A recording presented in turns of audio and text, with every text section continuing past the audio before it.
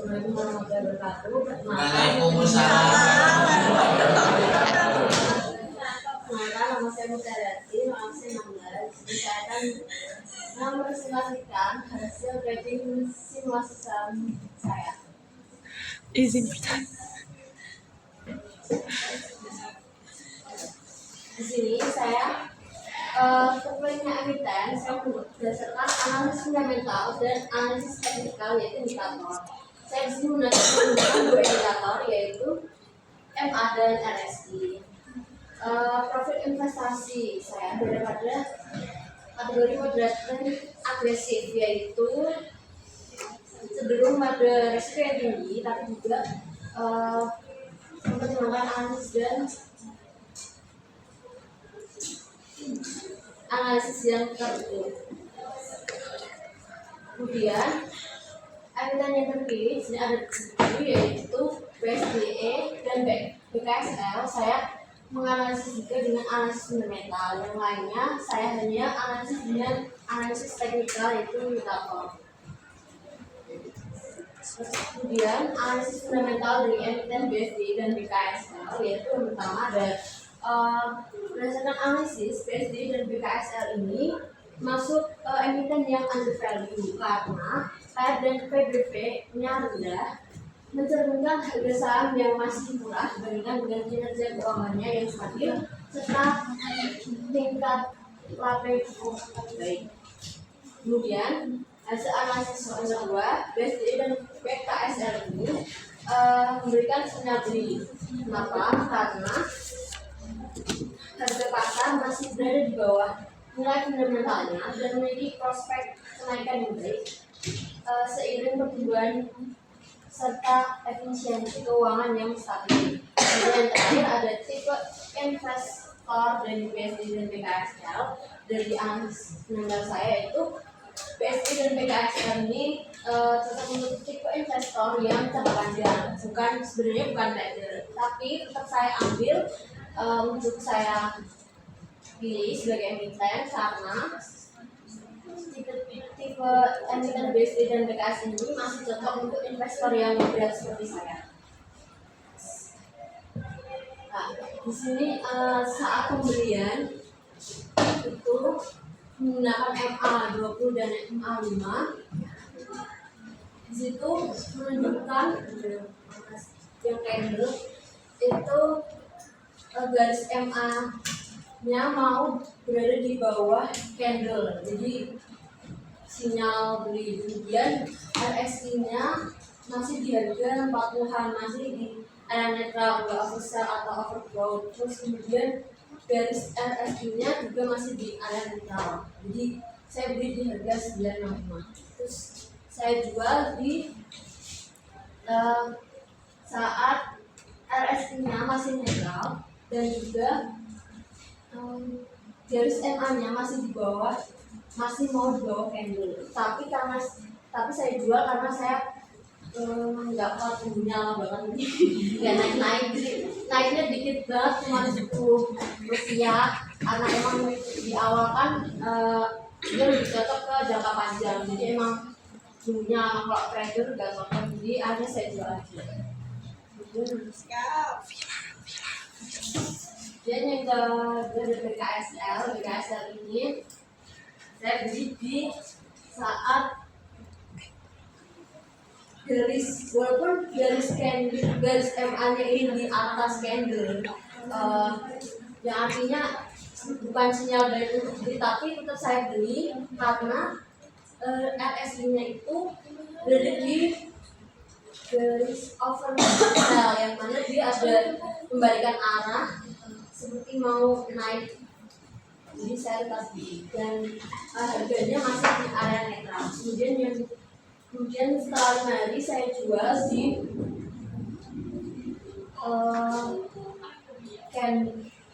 RSI-nya sudah di bawah RSI-nya sudah di bawah candle dan harganya dan RSI-nya masih di area netral dan juga dari RSI-nya masih di area netral, tidak oversell, tidak overbought. Tapi saya jual juga sama arah BSDE tadi Alasannya karena dia tipenya untuk investor jangka panjang. Saya nggak bisa ngulang lagi soalnya komennya kecil sekali. Kemudian ini USD ini saya gain cuma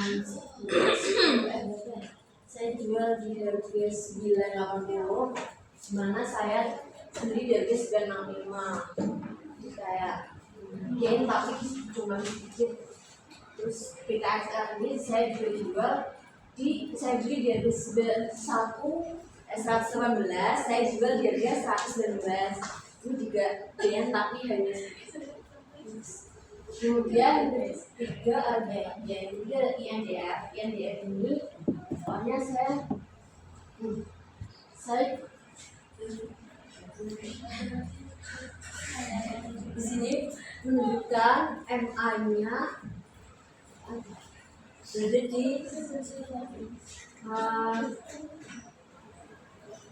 bawah di area candle.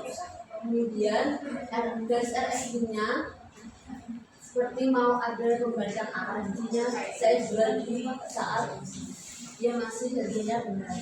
Saya beli, kemudian saya jual saat setelah 2 minggu. Ini saya ada setengah loss sekitar berapa ya, 2%. Tapi tetap saya tunggu karena saya yakin dia akan naik lagi. Jadi kemudian dia benar naik di harga 175, saya jual di harga 175 di saat garis MA5 ini di bawah candle dan dia masih di arah yang merah. Kemudian ada raja, bintang raja ini saya beli di saat ada golden cross. Nah, walaupun RS ini sudah menyentuh oversold yaitu di atas 70, tapi saya tetap beli karena saya yakin MA-nya memotong MA5 memotong MA20 itu akan terjadi sinyal uptrend. Jadi saya beli. Kemudian saya jual setelah saya 2 minggu. Setelah hold selama 2 minggu saya jual saat ini di tengah-tengah hold ini saya juga mengalami loss, tetapi tetap saya tunggu selama 2 minggu karena saya yakin masih ada sinyal uptrend lagi. Dan ya saya jual di saat garis MA ini masih di bawah candle dan RSI-nya sudah overbought, dimana jenuh beli. Saya jual di RSI yang overbought dengan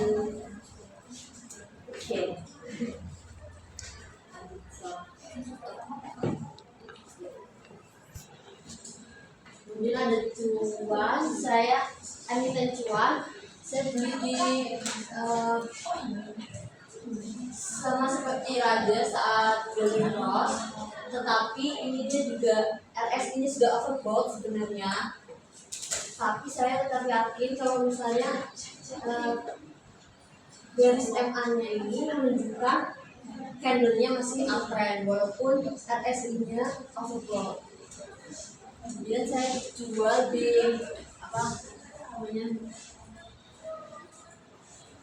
di candle yang masih di RS MA dan MA masih bawah candle. Saya sudah jual karena waktu tradingnya udah mau habis. Sebenarnya saya mau hold lagi, cuman ada waktu trading itu mau habis, jadi saya jual. Ini yang terakhir ada ini. Ini saya beli di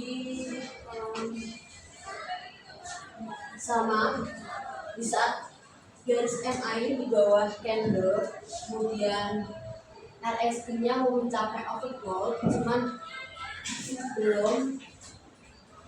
Tapi saya tetap beli karena garis MA ini di bawah candle, jadi saya yakin kalau itu mau ada kenaikan. Kemudian setelah baru ya saya waktu itu kayak seminggu kemudian sudah terjadi kenaikan dan gas MA-nya ini masih tetap di bawah candle. Sebenarnya ini masih mau saya hold lagi, cuma karena waktu tradingnya nggak habis, jadi saya jual. Nah ini portofolio awal saya menghabiskan sekitar 339 juta dan 655.000 dari 1 miliar uang yang saya punya. Ya. Kemudian di portofolio ayah saya, total nilai saya itu hanya 330.540 juta. Kenapa? Karena ada satu emiten yang belum saya jual. Itu karena sebenarnya emiten Indo itu rugi, tapi saya nggak jual, sampai sekarang nggak saya jual karena saya masih mau hold terus. Soalnya saya pikir itu kayaknya masih naik, cuman ternyata analisis saya salah.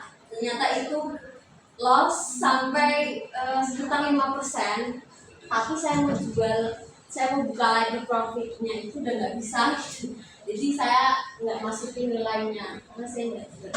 Jadi saya belum sampai untung sih. 9 juta 35.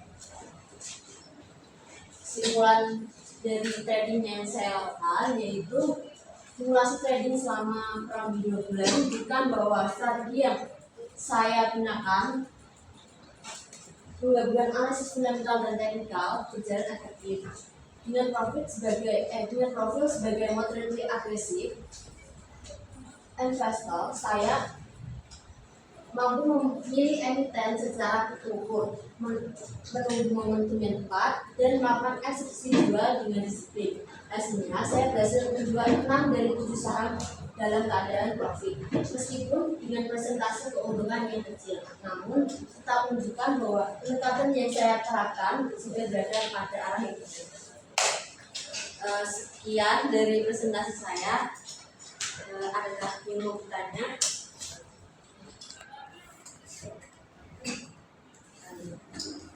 Silakan. Jadi terima kasih atas kesempatannya. Perkenalkan, nama saya Aulia Rahmawati, absen di Indo. Ini saya ingin bertanya, tadi kan kamu bilang kalau kamu tuh tipe investor moderately agresif ya. Nah, emiten mana aja yang menggambarkan bahwa kamu tuh moderately agresif? Terima kasih. Terima kasih. Jadi saya di awal menjelaskan bahwa saya ini juga investor yang moderately agresif. Moderately agresif itu investor yang cukup berani, tetapi juga tetap berada di area-area yang aman. Jadi untuk emiten-emiten yang cukup memiliki risiko yang tinggi itu seperti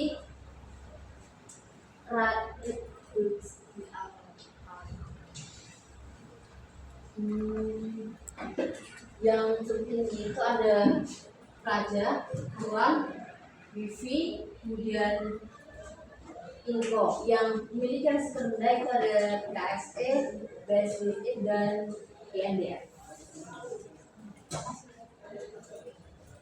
Dan Aulia.